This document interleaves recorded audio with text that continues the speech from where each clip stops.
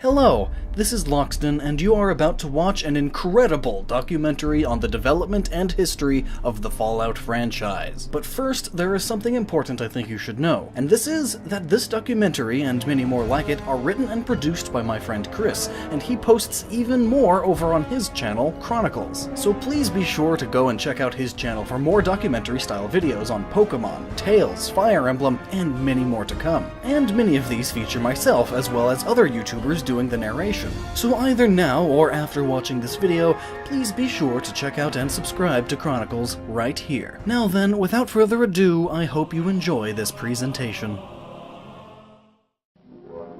Post-apocalyptia, a genre that can have many meanings and many different variations.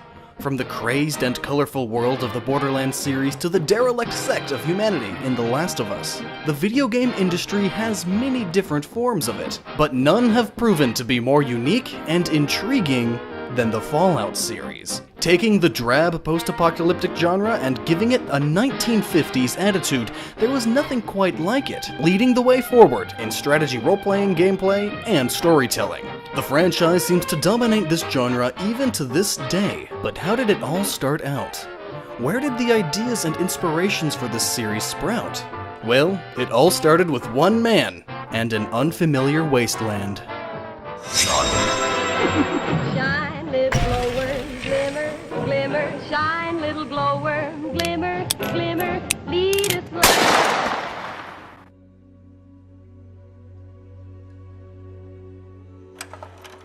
In the late 1980s, Interplay was a brand new entrant into the publishing and developing space. Their critically and commercially acclaimed The Bard's Tale series had launched them into the stratosphere of the then emerging PC gaming community. But what would define them would not be this fantasy epic, but would be something much more dark.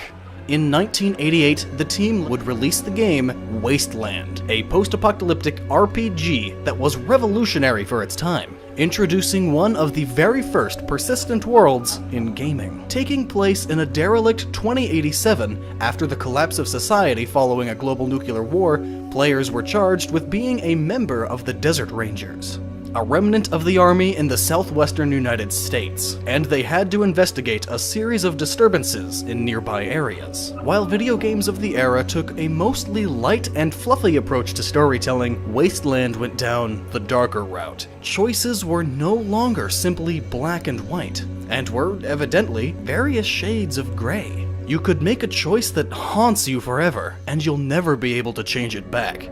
As for Wasteland's visuals, like most games of its time, the graphics were simple at best, but that's all they needed to be. The story and the way you play was paramount. Wasteland's mechanics, on the other hand, were based directly on those used in the tabletop role-playing games Tunnels and Trolls and Mercenaries, Spies and Private Eyes, which were created by Wasteland designers Ken Andre and Michael Stackpole. Characters in Wasteland consequently have various stats such as strength, intelligence, and luck, among others, that allow them to use different skills and weapons. Experience is gained through battle and through the use of skills. The game would generally let players advance through a variety of means. There were many ways to play Wasteland, not just one. These ideas introduced here would rattle the gaming industry for years to come, and since Wasteland was financially successful, a sequel, of course, was on its way. Releasing in 1990, Fountain of Dreams was branded as the technical sequel to Wasteland, but was nothing of the sort, as it was created internally by EA itself.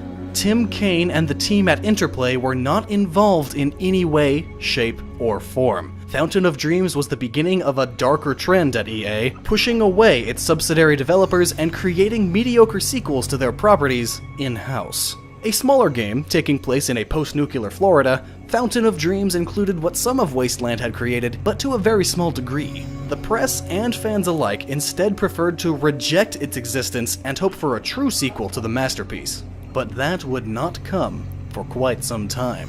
Unfortunately for Interplay, the rights to Wasteland stayed firmly in EA's grasp due to the fact that Interplay had recently released a 10th anniversary pack containing the game through EA. Seeing this, the team at Interplay, led by one Tim Kaine, decided to take a different approach. Taking their ideas and knowledge of the world they created, Tim Kaine led the charge on this effort. But where to start? First was the inspiration. The team at Interplay looked towards one of the most popular tabletop role-playing games, GURPS. The series seemed like a perfect fit for the team's vision, so they soon contacted Steve Jackson Games for the rights to the adaptation. Initially, there was a lot of skepticism coming from Steve Jackson as Interplay approached him with an offer. Interplay still had not decided what their first GURPS game would be about. Tim Kaine proposed the idea of huge fallout shelters, called vaults, that would protect the public from a nuclear war. In lieu of this, they gave their new creative endeavor the affectionately named title of Vault 13. A GURPS post-nuclear war adventure. Before they could start, however, Tim Kaine had already laid down the groundwork.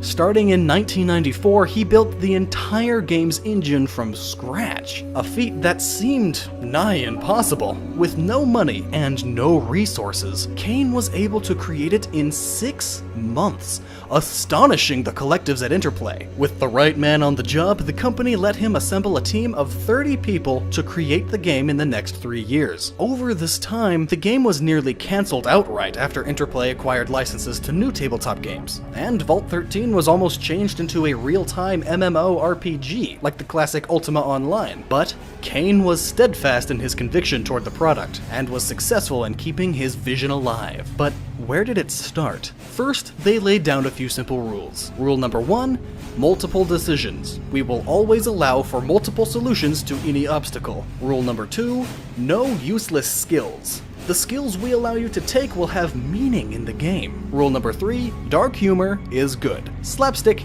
is not. Rule number 4, let the player play how he wants to play. Rule number 5, your actions have repercussions. These 5 rules laid down the groundwork for the entire game. It was supposed to be no holds barred. Anything, no matter how dark, would be allowed. Even the killing of children. This was early in 1995, and even saying the word ass was illegal from public broadcasting. Interplay wanted to push the limits of the gaming genre and the populace itself to its absolute and outer limits. Because of these changes, the title was appropriately changed into Fallout, a GURPS post-nuclear adventure, as a means to reflect the darker storytelling. But someone, of course, was bound to disagree with their way of thinking. In early 1997, in the midst of Fallout's development, Steve Jackson Games and Interplay suddenly terminated their deal. Apparently, Steve Jackson Games was satisfied with everything except for the iconic Vault Boy pictures in the character screen, and the execution scene in the introduction was too much for them to handle.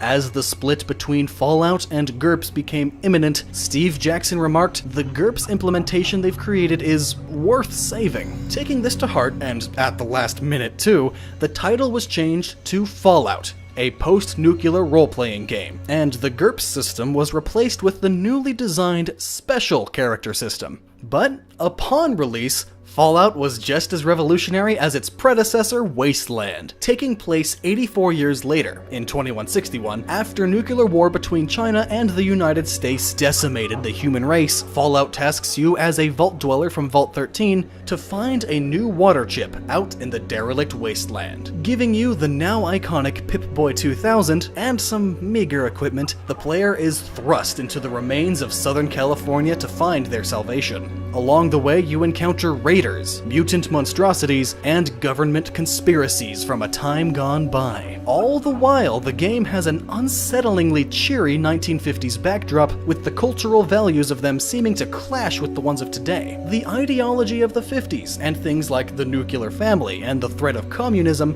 permeate the series, creating a sort of uniqueness to it. More interestingly though, the game was also one of the first to include a character creation system, an innovative idea for the time. This is where the old GURPS system came into play. Where GURPS was supposed to define the character's strengths and weaknesses, the special system picked it up instead. Defining the character's various stats, it allowed the player to create whomever they wanted. Unlike Wasteland's text-based and two-dimensional world, Fallout was played on a pseudo-isometric 2.5-dimensional plane. Exploration was key here. Even though there was the timed mission of getting the water chip back within 400 days, players were still encouraged to wander off the beaten path and interact with the local inhabitants. Just like in real life, the people have their own inherent problems, which the player may choose to solve, in order to acquire karma and experience points. Where Fallout deviates from most role-playing video games is that it often allows for these problems to be tackled in various ways, often choosing solutions that are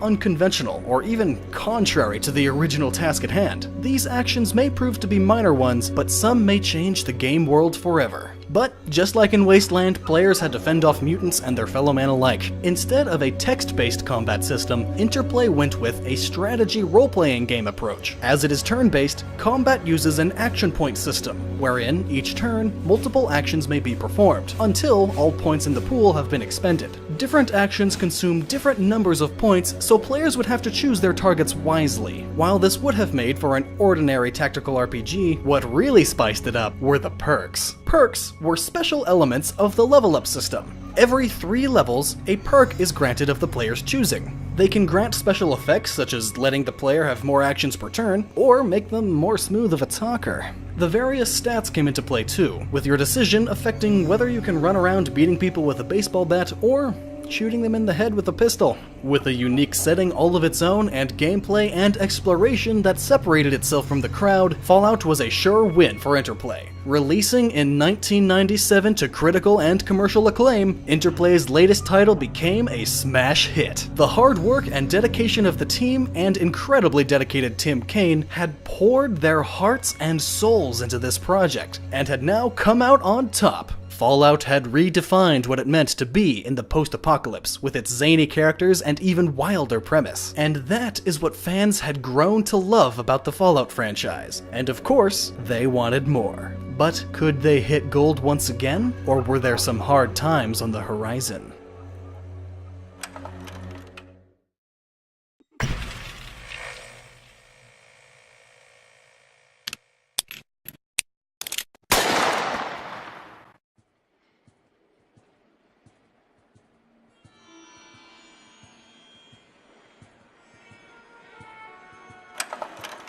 After Interplay released Fallout, things weren't all what they had seemed. While the game was the critical success they had hoped for, financially, they were rather in dire straits. And things only got worse from there. In 1998, Interplay had to file for bankruptcy due to their many failures as a company. If they continued as a private publisher, at this rate, they would most assuredly go under. Seeing this, Interplay turned public for the entire world to see. After this, sales of shares on the stock market went through the roof, bringing them back from a wasteland of their own making. To reflect their new status, they also changed their name to Interplay Entertainment Corporation, a byproduct of going public. Either way, with more money in hand, the company finally had the funds to continue their adventure in the future they created. But more internal strife was yet to come. Once Fallout came out, a small subset of Interplay developers broke away to form their own studio within the company to work exclusively on the franchise. Their name would be Black Isle Studios. Their goal would be to make a sequel that would appeal to all of their rabid fans' demands, while also creating something that would exceed the original. It would be bigger, better, and more badass. Players would be free to roam about the wasteland at their own leisure with no limit to their time at hand. Along with this, there would be even more areas to explore than there have ever been before. And living, breathing people with stories to tell would be populating every corner of it. The game would also be more over the top than ever before, with politics, sex, drugs, violence,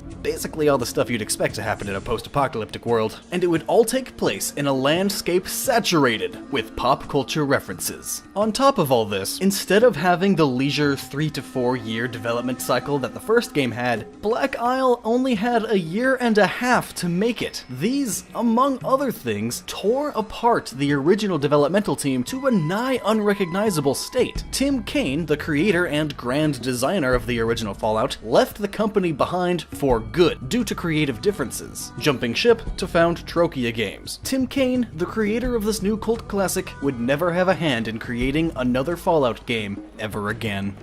With much of the developmental team disappearing from the company, Fergus Urquhart, the founder of Black Isle, would take on the task of leading this new effort. But Fergus had to push his people to the breaking point to get the game to release on time. 100-hour work weeks, way above the healthy amount, were extremely common in this development phase. The team was also split into multiple segmented parts, with different people taking a different corner of the game world as their own. All the while, all of them had no idea what the other teams were doing with their own little pieces of the world. If done any less, the game could have turned out to be a disaster. But somewhere along the way, all of the pieces were able to fit into their own little masterpiece. Fallout 2, a post-nuclear role-playing game, would try to pick up the pieces of the first game where it left off. 80 years after the events of Fallout 1, the original Vault Dweller has founded a new town called Arroyo, after being forced to leave Vault 13 forever. Decades later, he's disappeared from the settlement entirely, leaving you, the Chosen One, as the direct descendant and only heir. With severe famine and droughts plaguing his hometown, the player must search for a Gek, or Garden of Eden creation kit, in order to save everyone he loves. Donning the classic Vault 13 jumpsuit and a Pip-Boy 2000, the Chosen One must begin his own journey into the wasteland, with all of the hardships his predecessor endured. While the story would maintain much of its tonal consistencies from the original, the planned changes also came into play for better or worse. Pop culture references to things such as Monty Python and Star Trek became common occurrences, along with multiple parodying dialogue choices that represent the series itself. At times, the game was even found to break the fourth wall entirely. Throughout it all, the game maintained its unique 1950s past. The Vault Boy and the various cartoons and cheery ideals that came with him were synonymous with the series, and seemingly added to this new setting that Black Isle had created. Fallout 2 also received several improvements in the gameplay department. Still keeping its traditional branching dialogue system, more options were added in to spice it up. Your party members or companions that had existed in the previous entry now were fully customizable with their own sets of attitudes to choose from. Players also were given the option to get a little rougher with NPCs, throwing them aside from doors if they're in the way. The world was expanded upon too, with new locations such as New Reno and the New California Republic being ever present. Even old locations such as Vault 13 were available to the player, although some would not be in the state they used to be in. Alongside this, combat was also shored up to a considerable degree, ironing out all the kinks from the previous system. The special system was still ever present, defining who your character would be and how they would react to the game world. Perks also made a return, with a wider variety of them being available to use for good and bad reasons. But still, choice was always paramount to the game's success. Just like in Fallout 1, it was up to you to decide the fate of the wasteland. Whether you became a law-abiding citizen or a rampaging murderer, or anything in between, was all up to you in the end. And that is what separated this franchise from the crowd. The ability to make your decisions and carve your own path was unheard of in much of the gaming industry at the time, and that is what kept their rabid fanbase intact for the sequel. Releasing just in time for its soul-crushing December 1998 deadline, it seemed all was well for just a second. They would regret that. While somehow the pieces had fit together to tell a coherent and well-thought-out story and world, Fallout 2 was littered with bugs on release, due to a lack of beta and QA testers and having put the finished product together 2 weeks before release. Black Isle had a considerable task at hand of putting their work back together. Worst yet, sales only improved ever so slightly. While their new hit franchise, Baldur's Gate, sold an amazing 1 million units, Fallout 2 only sold 100,000, a mere 20,000 more than its predecessor. Even in this dire situation, there was still some hope. Critics praised the game, even though some still said it was more of the same as the first Fallout, but that same was considerably strong as the fan base ate it up. Bugs and all, Black Isle had no idea what a sensation they were. To their small group of fans, they were gods among gaming. To themselves, they were just glad to be done with it all. But for a moment, these coders and designers were icons, even though all of this was just about to come crashing down on their heads.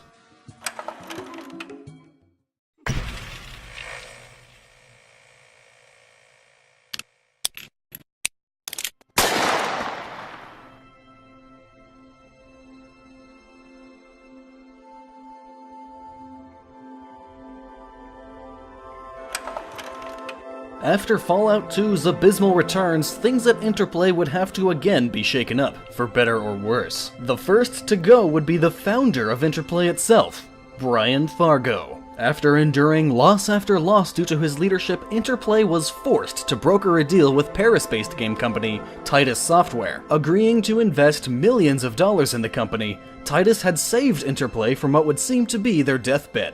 That is, if Interplay wouldn't undo this newfound funding on their own terms.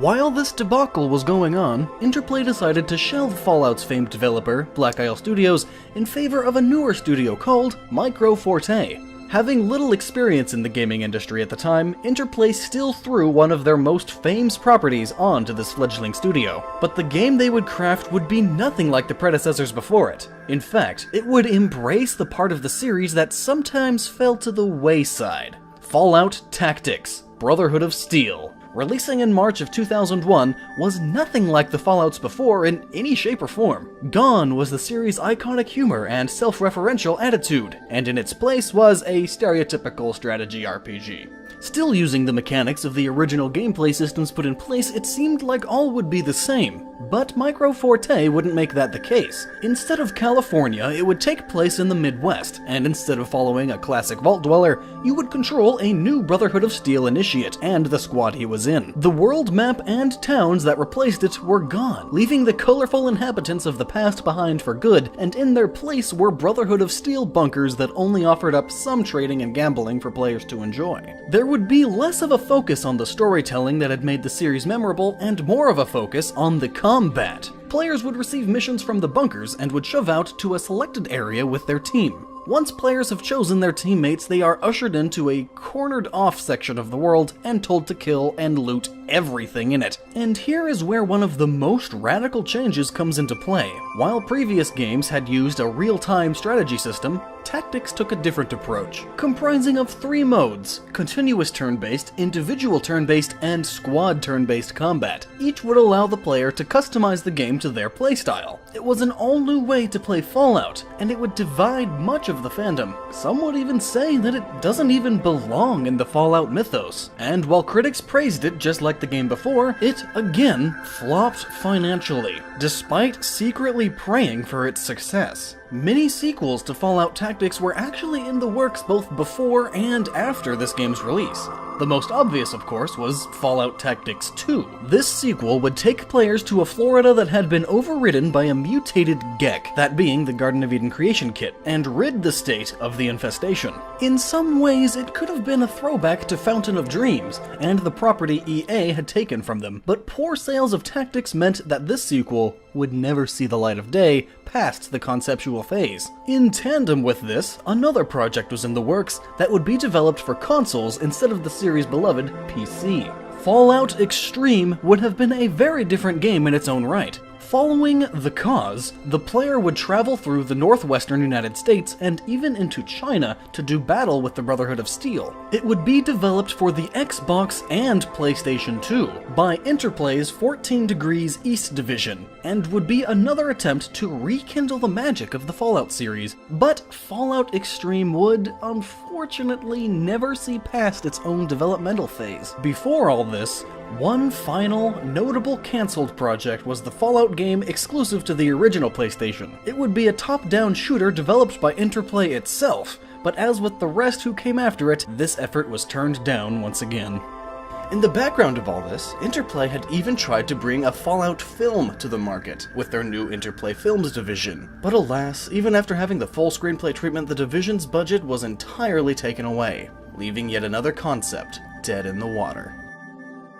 It seemed Interplay was running out of ideas, and losing ground fast. If something couldn't be done, then the company would perish. Seeing this, Titus Interactive decided to let go of Brian Fargo once and for all, and take over the company for good. Helming his own company for nearly 2 decades, Fargo had to finally abandon ship for his own efforts elsewhere. In his place, Titus would put Hervé Kahn, and his changes to the company would run deep and change its very foundation forever. Con extracted much of what had made the company great. Some of these unpopular decisions would involve the selling of Shiny Entertainment, creators of the classic Earthworm Jim series, along with Blue Sky Software, a company that had already been on the verge of collapse. But the straw that truly broke the camel's back was Black Isle. After years of critical acclaim with no financial revenue to back it up, Hervé Con truly felt that the dedicated team was not worth the trouble.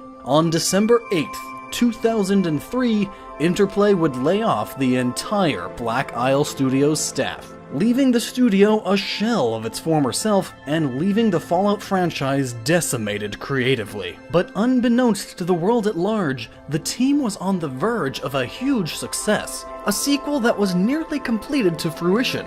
Codenamed Van Buren, Fallout 3 was gone, despite being even more grandiose than Black Isle's previous entries. Disconnected from the original storyline of Fallouts 1 and 2, it would incorporate multiple factions vying for power, including an even more powerful New California Republic and the militaristic Caesar's Legion, and involve you as a prisoner in between them and a rogue scientist trying to nuke the world all over again. The gameplay would involve a unique dual combat system, allowing players to choose between either real-time or turn-based combat on the fly. And all the while, the story would contain the same wit and humor the series had grown to be known for. Best of all, Fallout 3 would finally enter the third dimension, changing the look of the game forever. But the world would never see any of this come to fruition. Even with the original team of the franchise gone, Interplay still tried to squeeze out more from the franchise, till the very last drop. And that last drop was very lackluster indeed.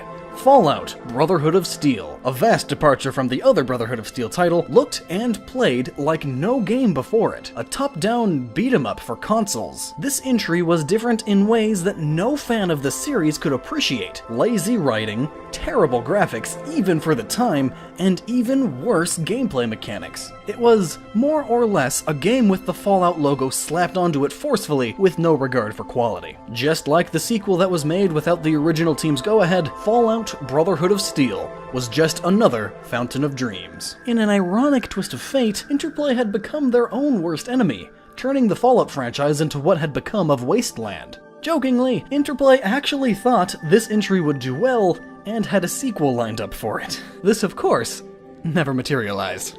Now with financial woes along with critical ones, Interplay was in rather dire straits. Titus itself had been in a similar financial situation to Interplay and, after some time, had to close their side of the business in 2004. Now, without anyone over their heads, Interplay continued to fall deeper and deeper into the abyss. The company was evicted from their own workplace and had to work elsewhere. At times, Interplay couldn't even pay their own employees, and many left because of this. After eventually finding a new office, they licensed the rights to create Fallout 3 to a different studio. This one would have years of experience behind their backs to create another masterpiece. Their name? Bethesda Softworks. But this wasn't enough to save them from their own demise. Faced with bankruptcy once again, Interplay was sent to court, and this time, there would be no escape from the inevitable. Like a cornered animal, Interplay would do anything to stay alive, even if that meant selling their baby. Altering their license agreement with Bethesda, the company sold the entire Fallout IP for $5.75 million, saving their own hides from extinction. Fallout was in new hands now, for some for the better, and for others for the worse. Could this new company, with years of experience under its belt and a pedigree for quality fantasy titles, even be able to craft a dark, dystopian future? Or was there just no saving this dying franchise? Only time could tell.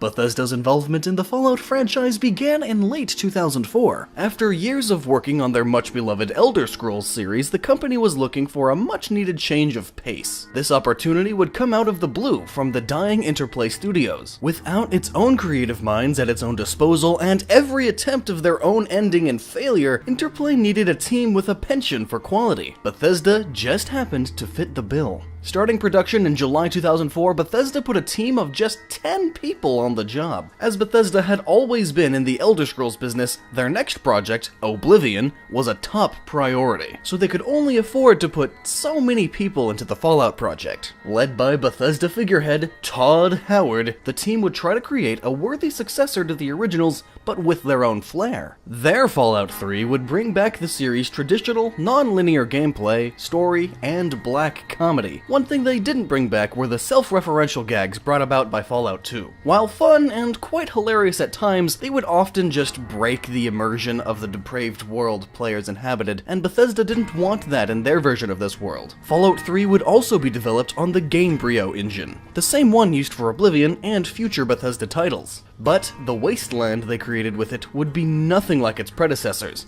In fact, it would be nothing like them entirely. Instead of the charred remains of California, Bethesda would instead turn their eyes towards the east. More specifically, America's capital, Washington, D.C. The Capital Wasteland, as they called it, was a far cry from the developed and thriving New California that was depicted in Fallout 2. Bodies litter the streets, and buildings with artifacts of a bygone era are strewn about, while people still fight for survival, not thrive in it. But the series' iconic cheery 1950s background was left intact. It was, in some aspects, a darker setting than previous entries, but that wasn't the major change that shocked the world. What would shock the world was their choice to leave the trappings of the series' two-dimensional past and enter the third dimension that Bethesda felt home at. This change also brought about another radical innovation in the series. Turn-based combat had always been at the forefront of a Fallout game. This time, it wouldn't be the case. But they wouldn't forget about the franchise's strategic roots. Their idea would transform the system of the past into the VATS system, or Vault Tech Assisted Targeting System. Allowing players to pause time to select individual body parts, VATS, while originally inspired by Burnout's Crash Mode replays,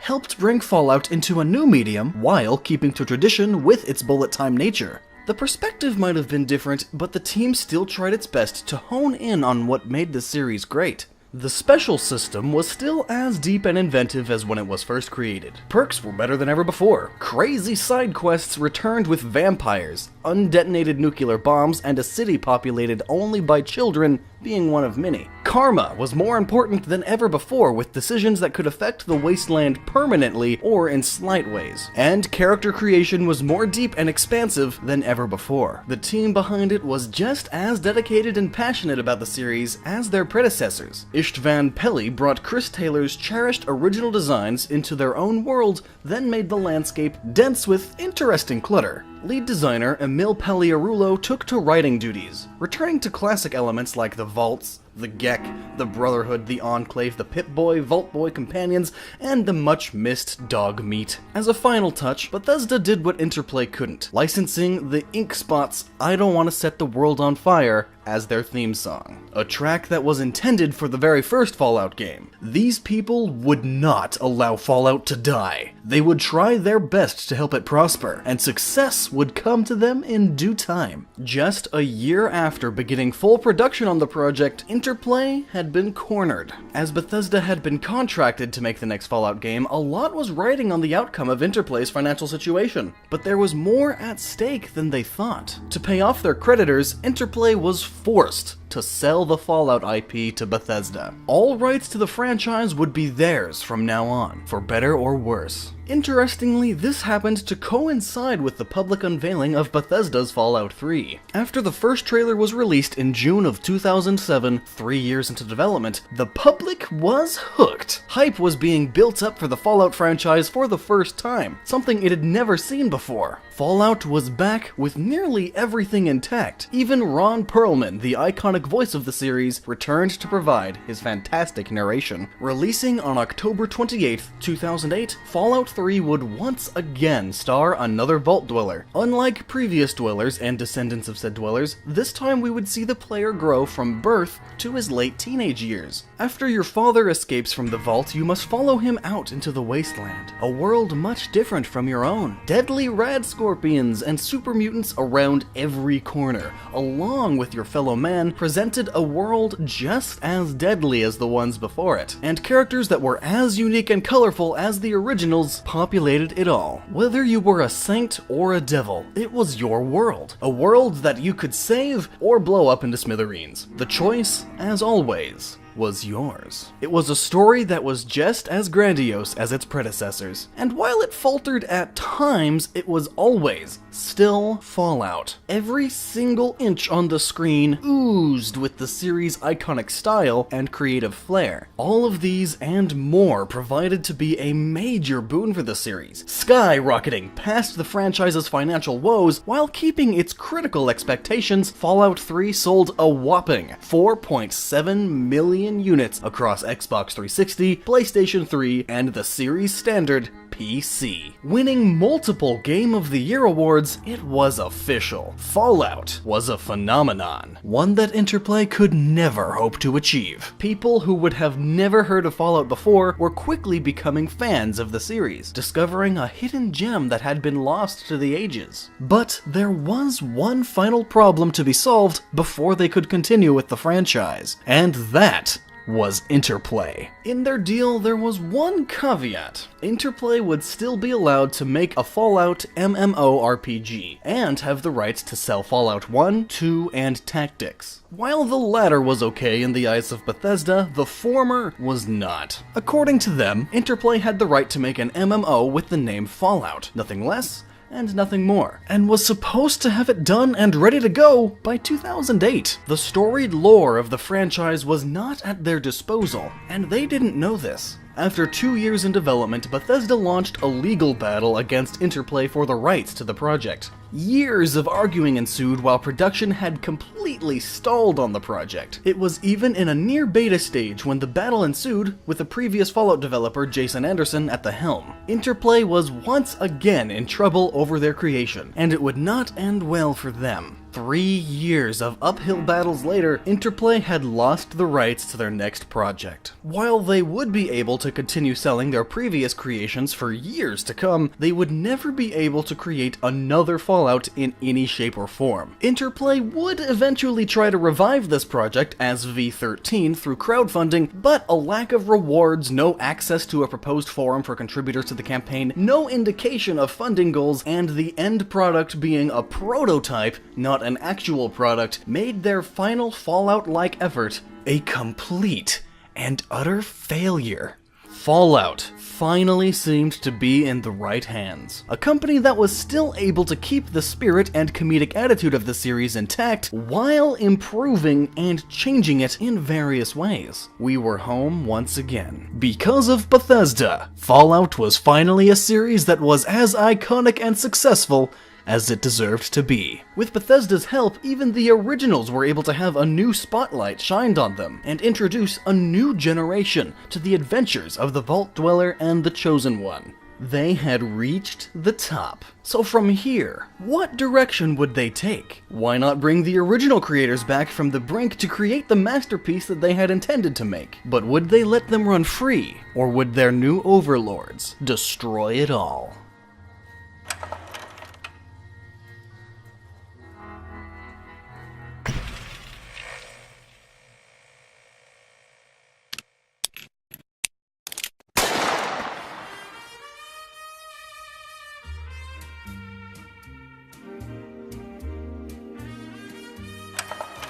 To get to the story of the next Fallout iteration, we must first dredge up the past. Back in 2003, a dying Interplay decides to disband Black Isle Studios, the originators of the Fallout series. While many a disgruntled employee stayed with the company or left it behind entirely, a few founding members decided they had enough. The founder of Black Isle, Fergus Urquhart, along with Chris Avallone, Chris Parker, Darren Monahan, and Chris Jones, decided they would found their own studio, Obsidian Entertainment. And they created it out of their own pocket too. Parker, Urquhart, and Monahan invested over $100,000 into their newly founded company. But of course, they needed work to keep the lights on, so they started to work with other publishers, such as Ubisoft and their old rivals, EA. The team even came together to create Star Wars: Knights of the Old Republic 2, The Sith Lords, the follow-up to the critically acclaimed BioWare title to massive success. They truly didn't need interplay anymore. After years of more critically and commercially successful games such as Neverwinter Nights 2 and Alpha Protocol, Obsidian was on a roll, and some people were taking notice. Those people were the proud new owners of their original creation, Bethesda. Initially, it wasn't even about Fallout. They wanted Obsidian to create a new Star Trek game, but as time went on, the idea lost traction between the two. But after the release of their critically and commercially acclaimed Fallout 3, Bethesda started to change their tune. As they were shifting their focus back to the Elder Scrolls series for the inevitable sequel, they needed someone to keep interest in the franchise going. So, who else better to continue their new legacy than the ones who began it all? The team jumped at the idea of coming back to what made them great, so soon enough, they were off to create a wasteland of their own making. But this wouldn't be without a few exceptions. They wouldn't be given the lax 4-year development cycle Bethesda enjoyed.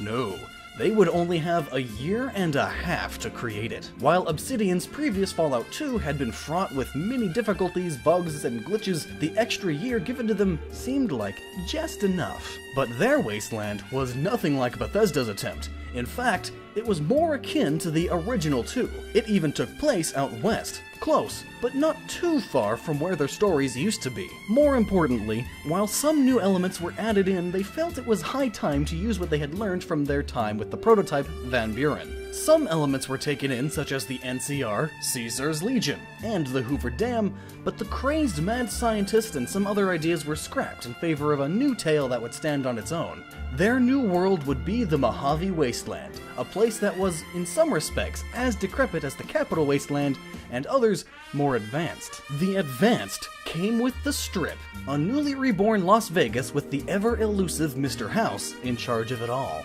In the middle was you, the Courier, a man that was in the wrong place at the wrong time.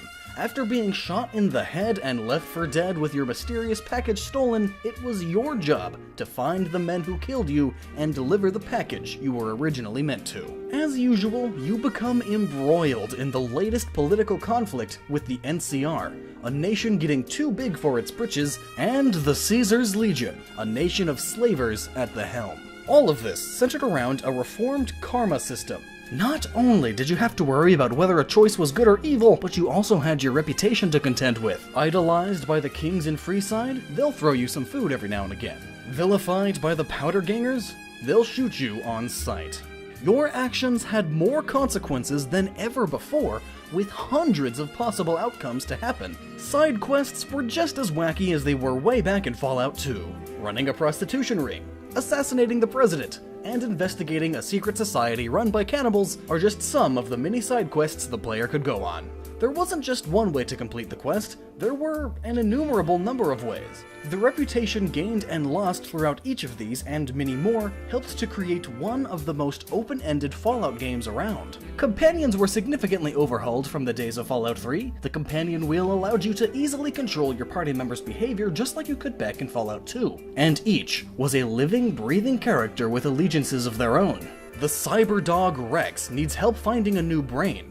Cass wants to destroy the people who wronged her caravan, Veronica wishes to help the Brotherhood leave their underground shelter, etc., etc. Obsidian had made one of the most diverse sets of followers imaginable, and were just as interesting as the main adventure. Combat was significantly upgraded from Bethesda's innovations in Fallout 3.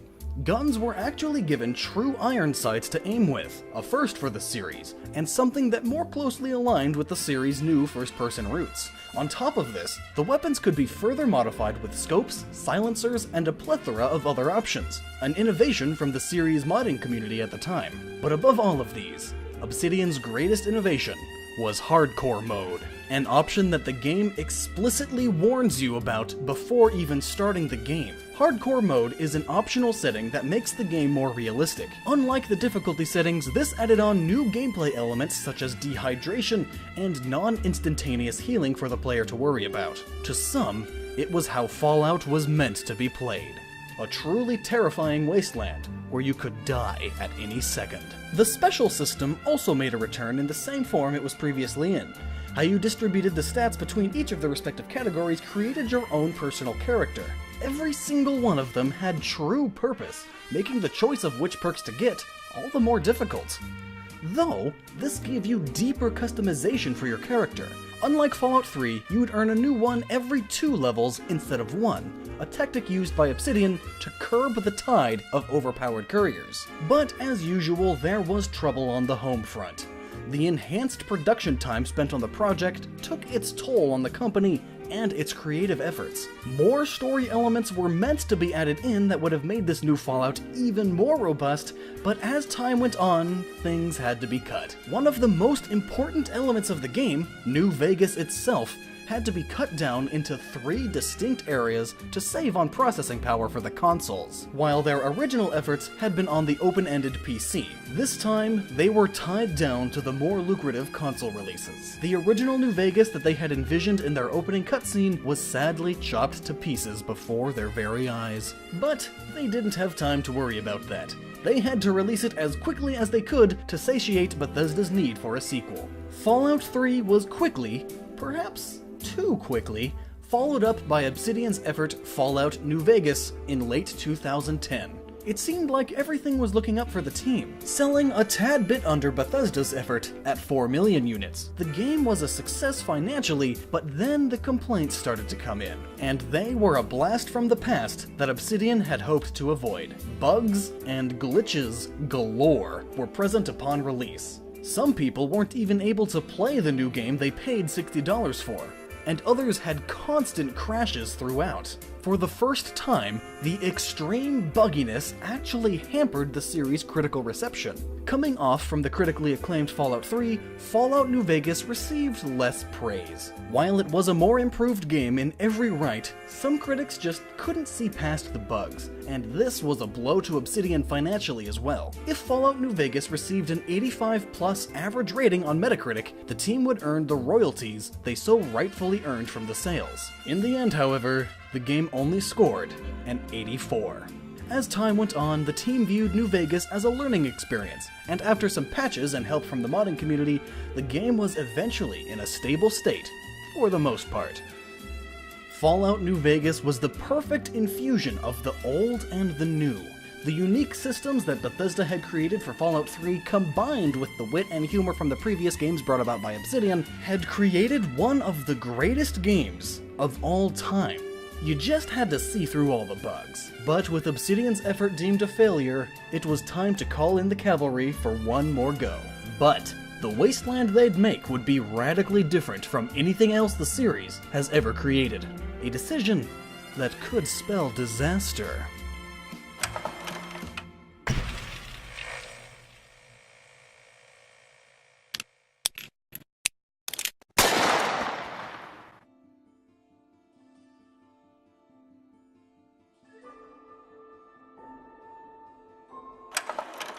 Bethesda's original plans after their massively successful Fallout 3 somewhat faltered in their own execution. While originally planned as a stopgap meant to keep the hype going, Obsidian Entertainment's Fallout New Vegas was quickly deemed a failure in Bethesda's own eyes. While it lasted a few more years with its own swath of expansion packs, the anticipation that the company had maintained was all but dying out. People were hoping, begging for a new Fallout entry that Bethesda wasn't giving them. Rumors and fictitious media sprang up around the web for years and years trying to find that one weak point in Bethesda's armor. Sometimes they were right, and sometimes they were wrong, but by 2015 their prayers had finally been answered. What fans and critics didn't know was that this was Bethesda's plan all along. Back when they had bought the Fallout license in 2007, Bethesda had the clear goal of turning it into their second franchise, right next to their much-beloved Elder Scrolls. And on June 3rd, 2015, Fallout 4 was finally unveiled to the public.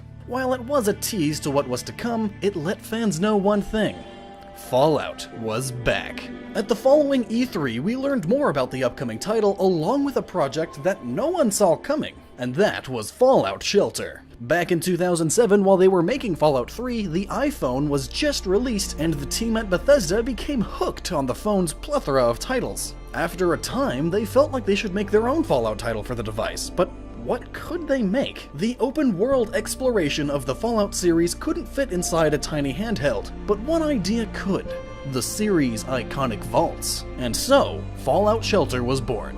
Taking ideas from XCOM, SimCity, and other games like it, you were put in control of your very own vault. Like other classic micromanagement games, you had to keep an eye on your water supply, power, and food. But you also had to bring in wastelanders, have them have children to increase the population, and even send those few unlucky souls out into the wasteland to scavenge for supplies, or die trying.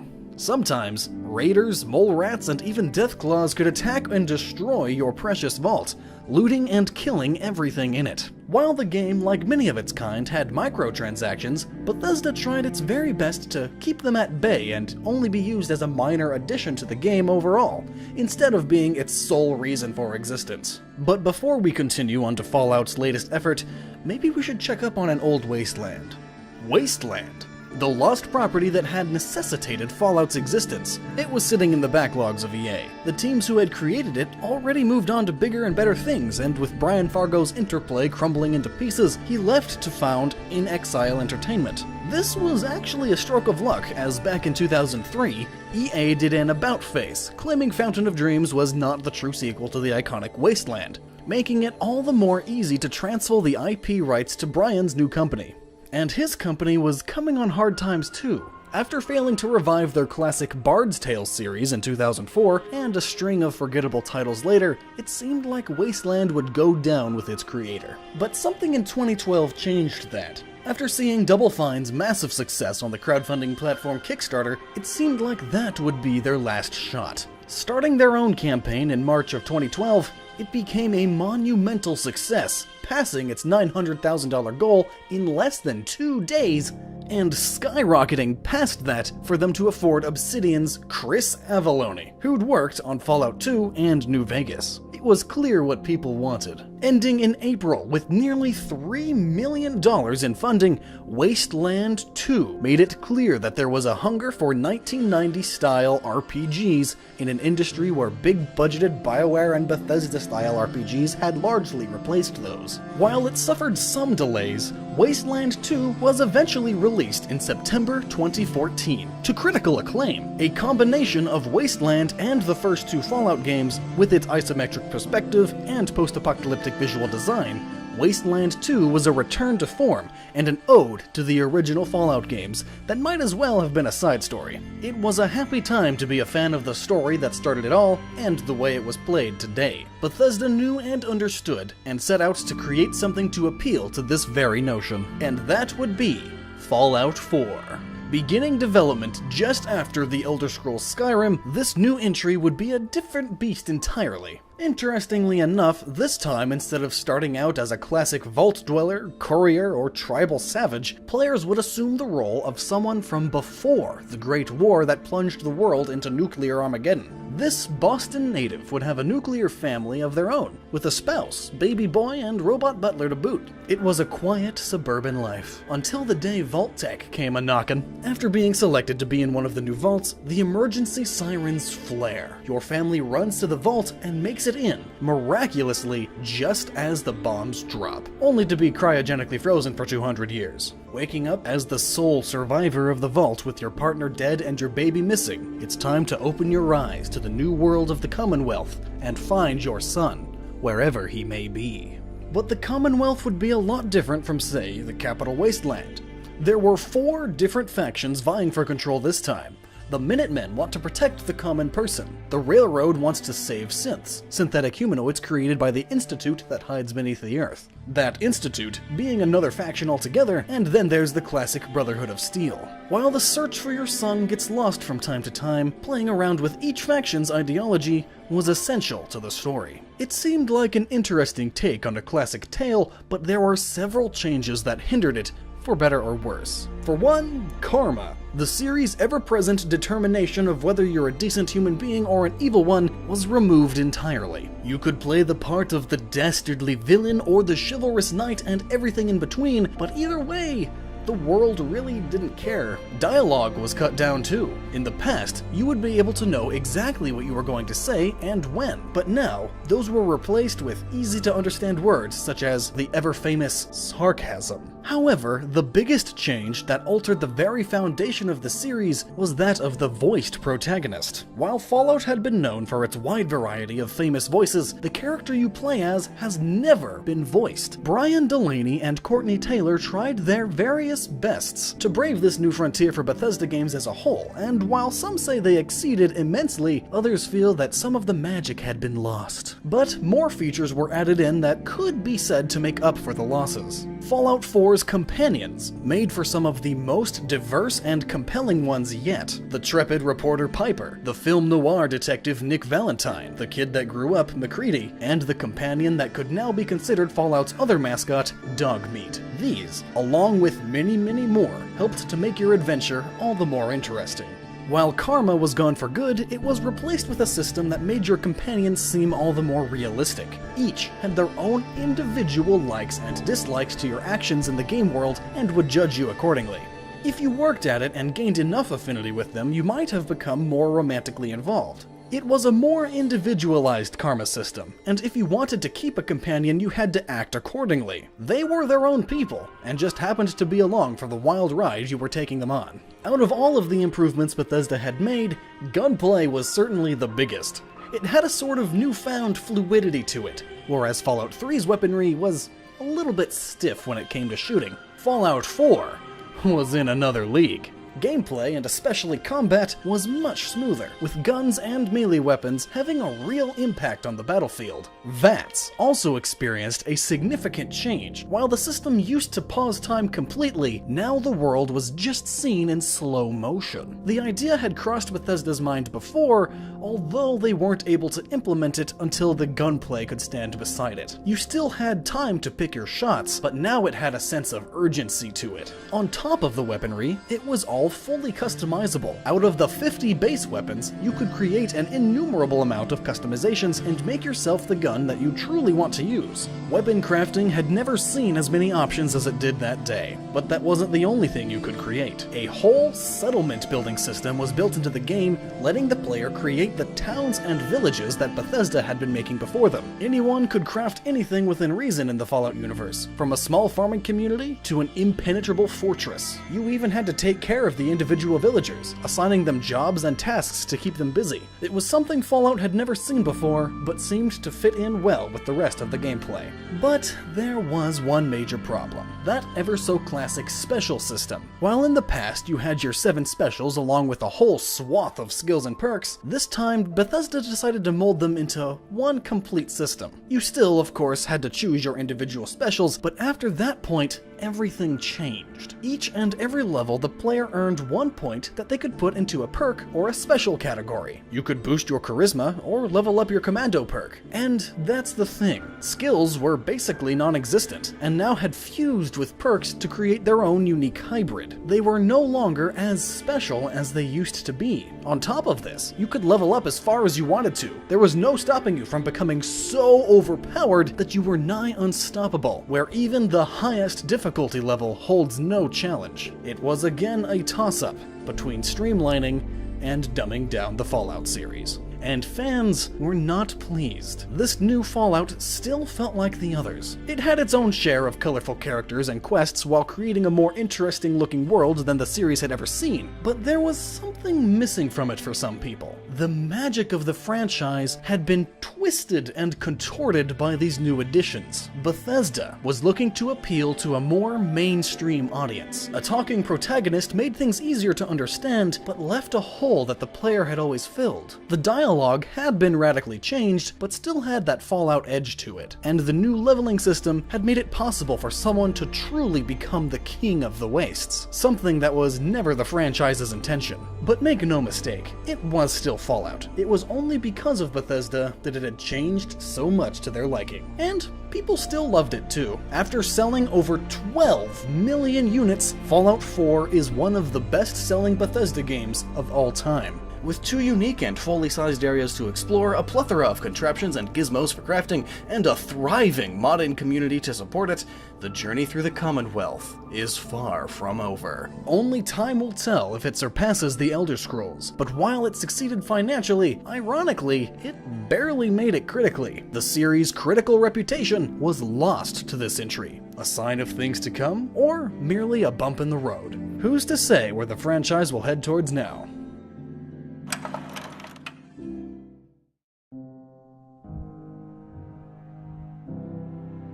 Fallout has an interesting tale. What began as a backup to a stolen property became an even more successful venture. Its first 2 entries rarely succeeded financially, but always achieved critically, and in the eyes of their devoted fans. Even as the franchise dwindled in popularity and quality, people still clung to it as they felt something special somewhere deep inside. More companies eventually attempted to replicate the magic with varying accomplishments, but they still were able to keep the feel alive for years to come. But that's the thing about Fallout. It's not only defined by its intriguing setting, characters, and gameplay, but also by its dark comedy and masterful storytelling. Few can compare to it, fewer can replicate it, and only a handful can create it. But that's the thing about the Wasteland. While it can be harsh and abrasive at times, it can also offer the opportunity of rebuilding, of redemption. And who's to say that's not the story of Fallout in a nutshell?